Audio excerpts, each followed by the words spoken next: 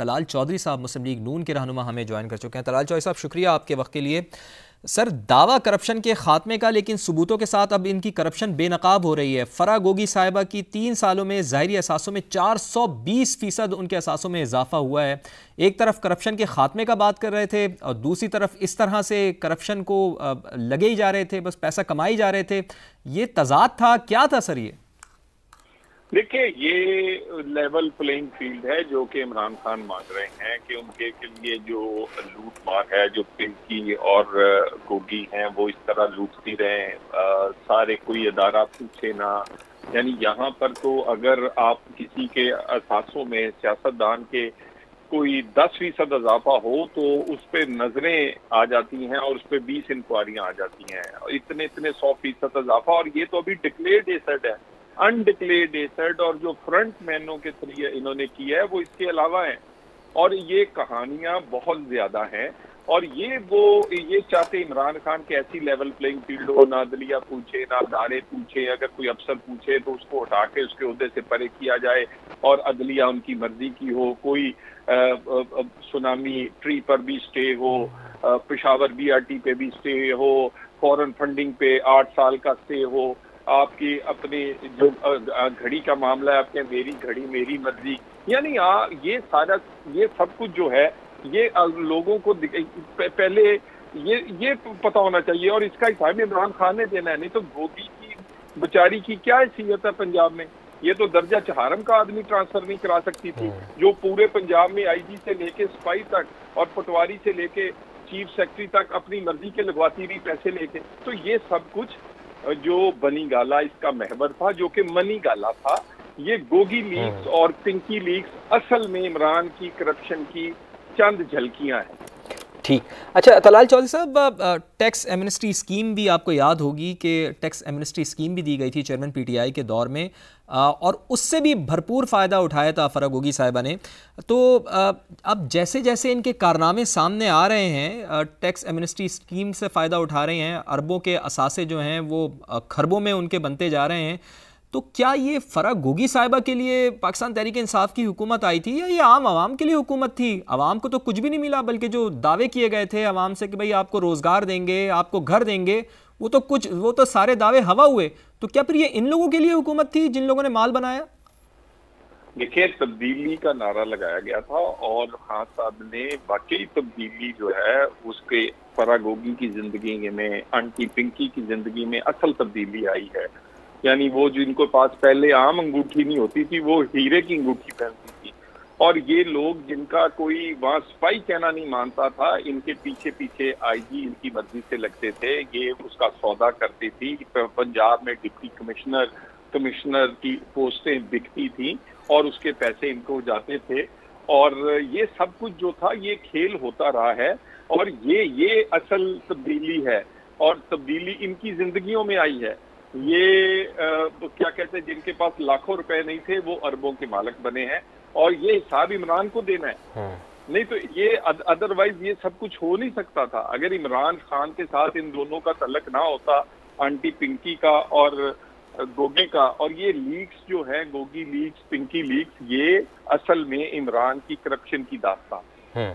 اور ہم نے یہ دیکھا کہ جیسے ہی عمران خان صاحب کی حکومت ختم ہوتی ہے تو اس بھیانک واردات کے جو یہ مرکزی کردار ہیں، فرح گوگی صاحبہ ہو گئیں، یہ ملک سے فرار ہو جاتی ہیں۔ تو کیا آپ سمجھتے ہیں کہ ان کو ایک باقاعدہ سوچے سمجھے منصوبے کے تحت یہاں سے ملک سے فرار کروایا گیا، کہ اب ان کے پیچھے لگے رہیں، ان کو بلاتے رہیں، لیکن وہ اب ملک میں آنے کے لیے تیار نہیں ہیں؟ ایسا کیوں ہوتا ہے طلال چودھری صاحب؟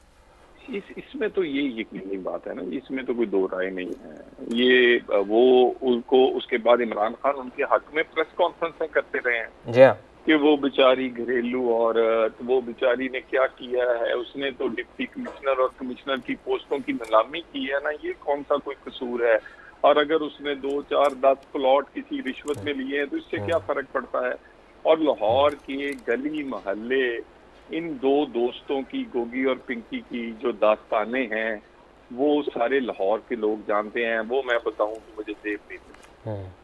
ٹھیک، اچھا طلال چودھری صاحب ساتھ ہی رہیے گا۔ اشتر اوصاف صاحب سے بھی ذرا میں لیگل اوپینین لینا چاہوں گا۔ اشتر اوصاف صاحب، اب ان کو، اب چونکہ یہ تو باہر چلی گئی ہیں، جب اتنے کرپشن کے ثبوت ان کے سامنے آ رہے ہیں، ان کی کرپشن بے نقاب ہو رہی ہے، تو ان کو واپس کیسے لایا جا سکتا ہے, حساب کیسے لیا جا سکتا ہے ان سے؟ جی کچھ ملکوں کے ساتھ تو ہماری ایکسٹریڈیشن وغیرہ کا سارا سلسلہ ہے. مثلاً اگر وہ دبئی میں ہے تو وہاں سے ان کو لایا جا سکتا ہے. انگلینڈ کے ساتھ ہمارا ایکسٹریڈیشن کا معاہدہ نہیں ہے, لیکن امریکہ کے ساتھ ہے. اور جب یہ معاملہ جو ہے وہ اس کو دیکھیں گے تو ظاہر ہے یہ سارے کے سارے, اور یہ جو اس کا طریقہ یہ ہے کہ آپ یہاں پہ کیس پر رجسٹر کرتے ہیں, اس کے بعد آپ کی جو حکومت ہے وہ اٹارنی جنرل کے ذریعے ریکویسٹ کرتی ہے فار میوچل اسسٹنس, اور وہ میوچل اسسٹنس کا قانون جو ہے وہ سپریم کورٹ نے اس کو واپس لے آئے ہیں, اور خود پی ٹی آئی نے اس کو یعنی چیئرمین پی ٹی آئی نے چیلنج کیا تھا.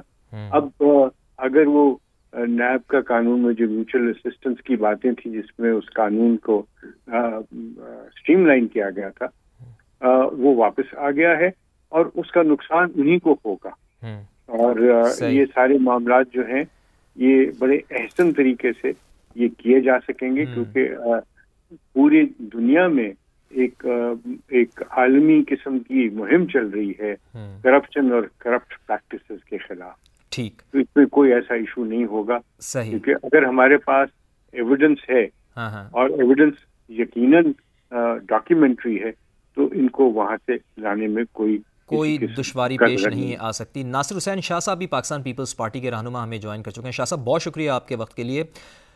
کرپشن کا خاتمہ کریں گے, آ کے جن لوگوں نے بدعنوانی کی ہے ان کو پکڑیں گے, یہ نعرہ لگا کر ہم یہ دیکھتے ہیں کہ سیاسی جماعت, ایک سیاسی جماعت پاکستان تحریک انصاف کی میں بات کر رہا ہوں 2018 کے انتخابات, اور پھر وہ یہ نعرہ لگا کے آئے اور یہ نعرہ بہت مقبول بھی ہوا. لیکن بدقسمتی یہ ہے کہ جو اب کہانیاں کھل رہی ہیں ناصر حسین شاہ صاحب, وہ تو بہت زیادہ تکلیف دہ ہیں. ہر آئے روز کوئی نہ کوئی نیا اسکینڈل سامنے آتا رہتا ہے. فرح بی بی کا, جو فرح گوگی صاحبہ ہیں, ان کی کرپشن کی داستان اب سامنے آئی ہے. 420% تک ان کے 3 سال میں جب عمران خان صاحب کی حکومت رہی ہے تو ان کے اثاثوں میں اضافہ ہوا ہے. کیا سمجھتے ہیں آپ, یہ ملک کا پیسہ لوٹنے والے, ان کو کیسے پکڑا جائے گا, ان کو واپس کیسے لے کر آیا جائے گا؟ آپ کا کیا پوائنٹ آف ویو ہے اس کے اوپر ناصر حسین شاہ صاحب؟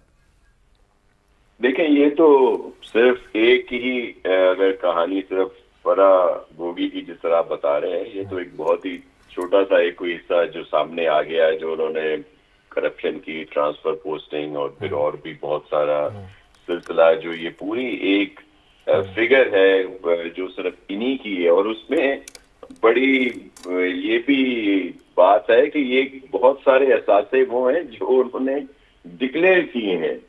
مثال یہ سارے وہ کچھ جو ان کے گورنمنٹ سے آنے سے پہلے, ویسے بھی یہ پہلے بھی تو تھے نا, ان کی گورنمنٹ رہی ہے پی ٹی آئی کی وہاں پہ کے پی میں 5 سال پہلے بھی, وہاں بھی انہوں نے بہت سارے گول کھلائے. اور اس کے بعد جب یہ فیڈرل گورنمنٹ میں آئے اور وہاں سے اگر آپ وہی صرف اثاثے, صرف ایک فیکٹ جو ریکارڈ پہ ہے وہ دیکھیں تو جو فرح گوگی کے پہلے یا ان کی فیملی کے جو ایسٹس تھے ان میں ہوش ربا اضافہ ہوا ہے. یہ تو وہ چیزیں ہیں جو ڈکلیئرڈ ہیں, اور جو ان ڈکلیئرڈ ہیں وہ تو ان گفٹ ہیں, بہت زیادہ ہیں.